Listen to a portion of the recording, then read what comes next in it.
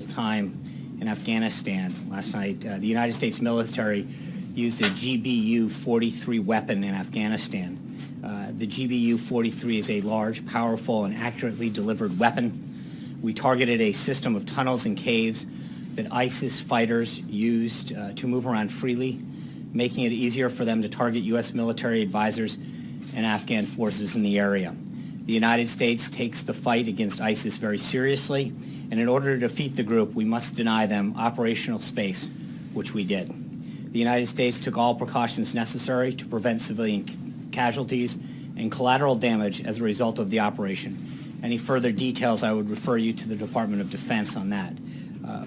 Moving on, you may know from the schedule, the President has a 2 o'clock event, so I'm going to try to keep this rather tight so the pool has an opportunity to get in and set up appropriately.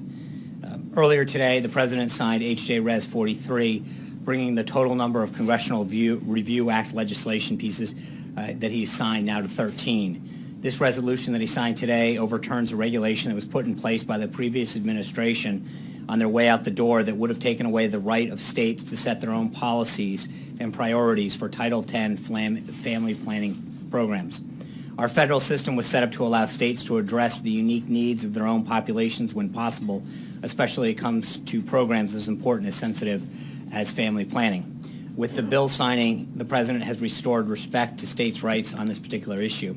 As I mentioned at the top, there's an event at 2 o'clock where the President will be meeting with the brave first responders who were involved in the I-85 bridge collapse and thank them that occurred in Atlanta, to thank them for their work and dedication in addressing this horrible situation.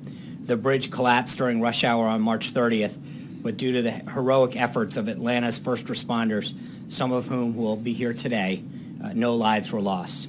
The President's proud to host these brave individuals and honor their commitment to protecting their community. Later this afternoon, the President will head to Florida for the Easter holiday. He will be departing Joint Base Andrews via motorcade as the preparations for the Easter egg roll are well underway on the South Lawn, preventing a Marine One departure. And while we're on the topic, I know it was brought up the other day, so just to give you a quick note on what to expect this coming Monday, we expect more than 21,000 people to attend the Easter egg roll. The allocations of tickets have been given to schools, children's hospitals, and military and law enforcement families. Commemorative eggs will be handed out to the children who attend. Nearly 18,000 eggs were ordered, which is in line with past years. The event will start at 7:30 with different groups of guests arriving every 2 hours to ensure that all the children have an opportunity to participate in more than a dozen activities that will be available. Further logistics and guidance will be provided over the weekend. Also today, the Treasury Department's Office of Foreign Asset Control, OFAC, designated one entity and one individual connected to human rights abuses against Iranian political prisoners in Iran's prisons. The individual who is designated for his role in abuses in Iran's prison is the brother of Qasem Soleimani, the commander of Iran's IRGC Quds Force, who was himself previously designated under terrorism, counterproliferation, and human rights authorities. The sanctions against human rights abusers in Iran's prisons come at a time when Iran continues to unjustly detain in its prison various foreigners, including U.S. citizens Si Amuk Namazi and Bakar Numazi. We join recent calls by international organizations and UN human rights experts for the immediate release of all U.S. citizens unjustly detained or missing in Iran so that they can return to their families. OFAC also designated 2 ISIS financial facilitators as ISIS supporter in North Africa, continuing our ongoing effort to disrupt key leadership nodes for the group. Moving on, over the past few days, the President and members of the Cabinet have held many meetings and discussions with their international counterparts about the significant foreign policy challenges facing our world. Yesterday, you heard from the President himself alongside NATO Secretary General about the need for a strong funded alliance to combat terrorism, the humanitarian crisis ongoing in Syria, and many other serious threats to our collective safety and security. Also yesterday, Ambassador Nikki Haley, along with her counterparts from 9 other nations, voted in favor of a draft resolution to denounce the heinous chemical attack carried out by the Assad regime last week. Unfortunately, but not surprising, Russia stood in the way of this resolution, However, I'd like to point out that the abstention of China on the heels of President Xi's recent successful visit in Kazakhstan, a longtime Russian ally and former member of the Soviet Union. Both of these abstentions are notable and signify that the United States is persuading the world that the use of weapons of mass destruction cannot go unanswered. Secretary Tillerson, as you know, was in Russia yesterday to meet with his counterpart and ensure that they are made fully aware of the United States' positions in both areas of practical cooperation, such as defeating ISIS, and areas where Russia does not share our interests and values. As you know, the Vice President will be departing for his 10-day trip to South Korea, Japan, Indonesia, and Australia on Saturday morning. His office will be providing more information later today. Finally, I'm glad to announce that the President will host the Prime Minister of Italy for an official working visit to the White House next Thursday, April 20th. The leaders will discuss the upcoming G7, which will be hosted in Italy and Sicily, and a range of issues of mutual concern. With that, I'm glad to take some of your questions. Sean, where is the administration on cost-sharing subsidies for insurance companies? That is an area that is being internally discussed at this time. So undecided? It's not undecided. There is an ongoing discussion on that matter. Matt. Thanks, John. The last few days have seen a number of policy shifts by the president on China as a currency manipulator, the XM Bank, the order of doing healthcare and taxes. There's more, but I won't belabor the point. What should the American people make of these shifts, and are there any policy areas that are non-negotiable? Well, I think, respectfully, I think you can look at what you're referring to as a shift in a lot of ways, and by that I mean I saw a couple instances with respect to NATO being one of those shifts yesterday, and if you look at what's happened, it's those entities or individuals in some cases or issues evolving towards the president's position. And NATO in particular, he talked about the need of countries to pay their fair share, to live up to their commitments of 2% of GDP. He talked about the need for NATO to focus more on terrorism. NATO has done just that. And it is something that he pointed out in the first debate in September of last year. He talked about the fact that that NATO is moving towards what he has been calling for. And I think in some cases, the issues evolve, that it's not just a clear and fast statement that the entity itself is moving towards his, or the issue is evolving towards the position that he articulated, and that can't be proven more true in the case of NATO, where he laid out two very clear positions that he had an issue with NATO, and as far back as September of last year, started to recognize that institution was moving much more towards his position. Secretary General noted that as well yesterday. Just a quick follow-up, if I may. The XM Bank is another one. That's an institution that hasn't changed at all. So I'm wondering on some of these other policy shifts where you haven't seen the type of change you're talking about with NATO, what should we make of those kinds of shifts? And again, are there any policy areas that are non-negotiable that are off limits? Well, there's always going to be. I think that there's going to be areas where I think, again, it depends on the outcome. In the case of NATO in particular, as I pointed out, it's the most illustrative. I think you look at the president's position, where he wanted to see NATO in particular evolve to, and it's moving exactly in the direction that he said it was in terms of its goals of increasing the amount of participation from other member countries, and two, is having a greater focus on terrorism, something that was reinforced by the Secretary General himself when he was here. I think when you look at these issues and you recognize the direction in which they're moving in a direction that the president stated very clearly. John. Thank you, Sean. On the GBU-43 bomb, the first time it's ever been used, why did you choose this particular location? And would you say that this bomb won't be used again in another flashpoint around the world, like Syria, like North Korea, for instance? Yeah, as I noted at the beginning, John, I would refer you to the Department of Defense on the specifics. Separate matter, you mentioned what you see as a win at the UN Security Council. Right. I'm curious as to why you believe this is a win. After all, this particular resolution did not pass. Right. Look at what's happened at the UN Security Council in the past. For instance, the Security Council resolution, which gave the green light for the Persian Gulf War, you actually had all 5 permanent members of the UN Security Council voting yes. So why are you saying this is a win when not all 5 permanent members of the Security Council actually voted yes? You had one, Russia, blocking it.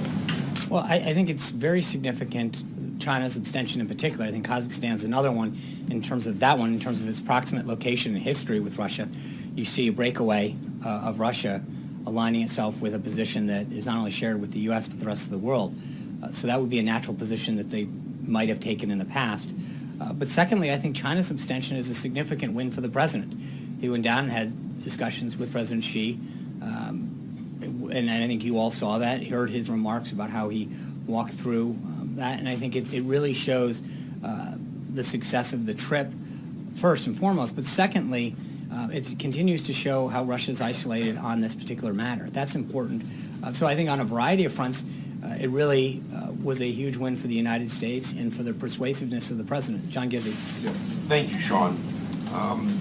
In his remarks to us off camera, OMB Director Mulvaney talked about the vision of the federal government being reorganized as, in some cases, more agencies. And he said also that the final plan will come not just from right-wing think tanks, I believe that was his phrase, coupled with the president's statement on the EXIM Bank.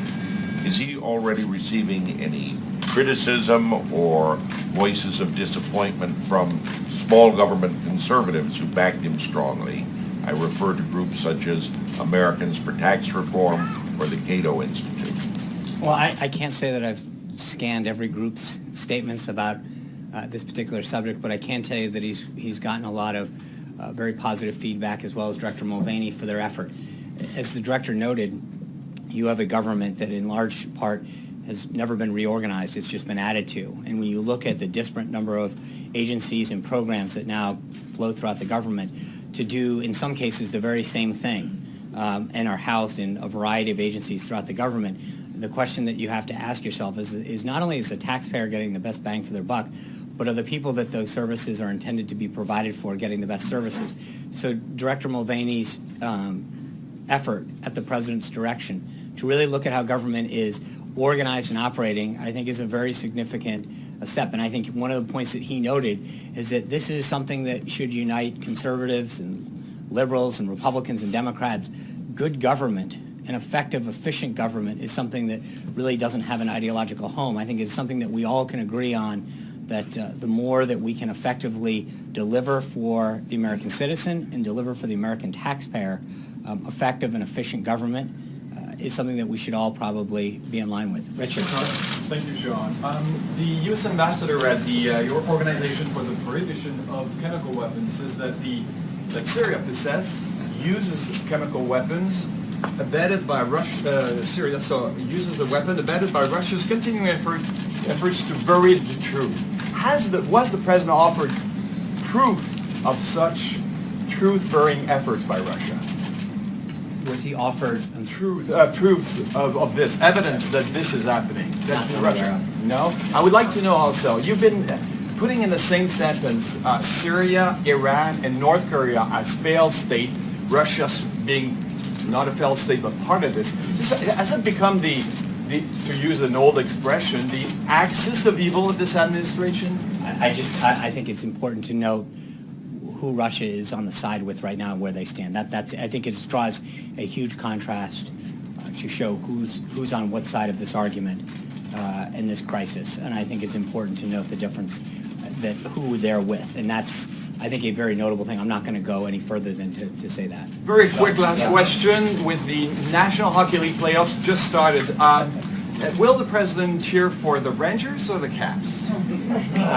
Respectfully, that's really not been a subject that's come up too often in the White House. So I'm going to keep with our Richards and go to Richard Elliott from WSB TV in Atlanta, Georgia. Obviously, our concern is the reconstruction of 85. We understand that the president is meeting with the first responders this afternoon in just a few minutes, actually. But I wanted to ask about the federal commitment to getting I-85 rebuilt as far as federal dollars and easing some federal regulations to get the job done quickly. So a couple of things on that front. Immediately following the tragedy that ensued in Atlanta, the president directed the Federal Highway Administration to release $10 million. And then we have begun to work with the appropriate agencies to expedite that process. I know that there are critical repairs that have to get made, and I think that not only that the initial funding will help with that for the roads and the bridges and the emergency access that needs to get handled, but under emergency relief efforts, there are ways to expedite some of that funding, the Department of Transportation and the Federal Highway Administration are probably the best way to get a better answer on that, but there are ways that some of that funding can be expedited beyond the initial commitment that the federal government has made. Mary. Thank you, John. Back on some of these shifts, on China in particular, the president did not mince words during the campaign. Now he says he and President Xi have been bonding. Xi means well. He says China's not a currency manipulator. What message does this send to the president's supporters who sent him to the White House thinking he'd be following through on his tough talk against China? I think the president's tough talk was on a variety of subjects was to get results for the American people. That's what he has pledged to do, to get more jobs here, to grow more manufacturing, to keep our country safe. The president and President Xi had a great meeting. The president likes President Xi and got to know him really well in Mar-a-Lago, and I think has established a really good relationship working forward. But at the end of the day, this is always about developing a better situation for the American people, and I think he's done that. And a follow-up, if I may, the president told the Wall Street Journal that President Xi helped him realize that North Korea is not so easy. Did the president underestimate the complexities of this? Did he underestimate how difficult this was going to be? No, I don't think so at all, and I think if China is able to help get a deal with China, the president would appreciate that. I think this would be great for China as well. And as the president noted this morning, if China can help us do that, it'll be great. And if not, we'll go and handle that ourselves with our allies. Steve. On currency manipulation, why specifically did he decide to abandon this? And what other tools does he have in his toolbox to try to modify China's trade balance? I think that's a very, very complex issue, and I think the president, I'm going to leave it to the president to specifically answer that. Vivian. But he hasn't given up on trying to modify no, China's he is. trade balance. It's not. I think the president is going to continue to make significant progress when it comes to that issue and to how our relationship is with China. He showed already what a great relationship he has with President Xi, and the results are already starting to pour in. And I think that is an issue in particular that the president is best to address. Vivian. 2 questions, Sean. You were very forthcoming about the TikTok leading up to the missile launches in Syria. So can you give us any background on the Moab in Afghanistan? Was there a situation room scenario? Was this several days in the making? And my second question is, the president has been very critical of the intelligence community leading up to his inauguration. He's obviously been working very closely with the intel community on these, at least on these situations in Syria and in Afghanistan. Has his opinion changed toward the IC? In the first question, again, I think General Nicholson at United States Forces Afghanistan is best to address the TikTok on the situation over there. But as far as the president's consultation... I understand. I think that the U.S. Forces Afghanistan as well as the Department of Defense are best to walk through the military operations that are ongoing there. I think with respect to the intelligence community and the national security team, as you know, the president has put together a world-class cabinet of top-notch national security experts from General Mattis, General Kelly, General McMaster, and others that continue to provide him the best advice to make the best decisions for this country. And it's that, he continues to rely on them, and Director Pompeo, Director Coates at the DNI, they continue to give him sage advice about how to best position the United States. Zeke. Thanks, John. Following up on that question, did the president specifically authorize the use of this piece of ordnance? Again, I'm not going to get into the details right now. I'm not, as I mentioned, I'll let the Department of Defense handle the lead on this one. And follow up on Mr. Dustman's question earlier regarding the Ex-Im Bank.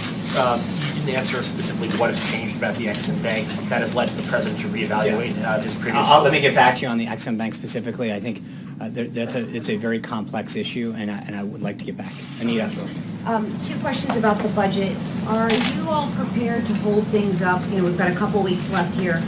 How serious are you about getting money for the wall? Would you hold up the spending plan for that? And I had one other question. So the government is currently funded through April 28th under a continuing resolution. We've made very clear to Congress that the president's priorities are increasing military spending and security of our border. We're going to continue to have conversations with Congress, and we feel confident that they'll do their job, but those conversations are ongoing. So you can't say whether you would have to have money in this budget or this budget? I will leave it to our team to continue the negotiations that they're having. Okay, and then the second question on the budget was, there's a proposal now to punish members of Congress who do not pass the spending plan in a variety of ways, withhold salary, even arrest. Do you support that Congress should be punished if Let's see. I think we're making significant progress. I feel very good about the momentum, and so I don't want to start getting into whether who's going to be naughty and nice. We're doing Kayla. Sean, thank you, Sean. Historically, sitting presidents have refrained from stating preferences on where parts of the free market economy goes.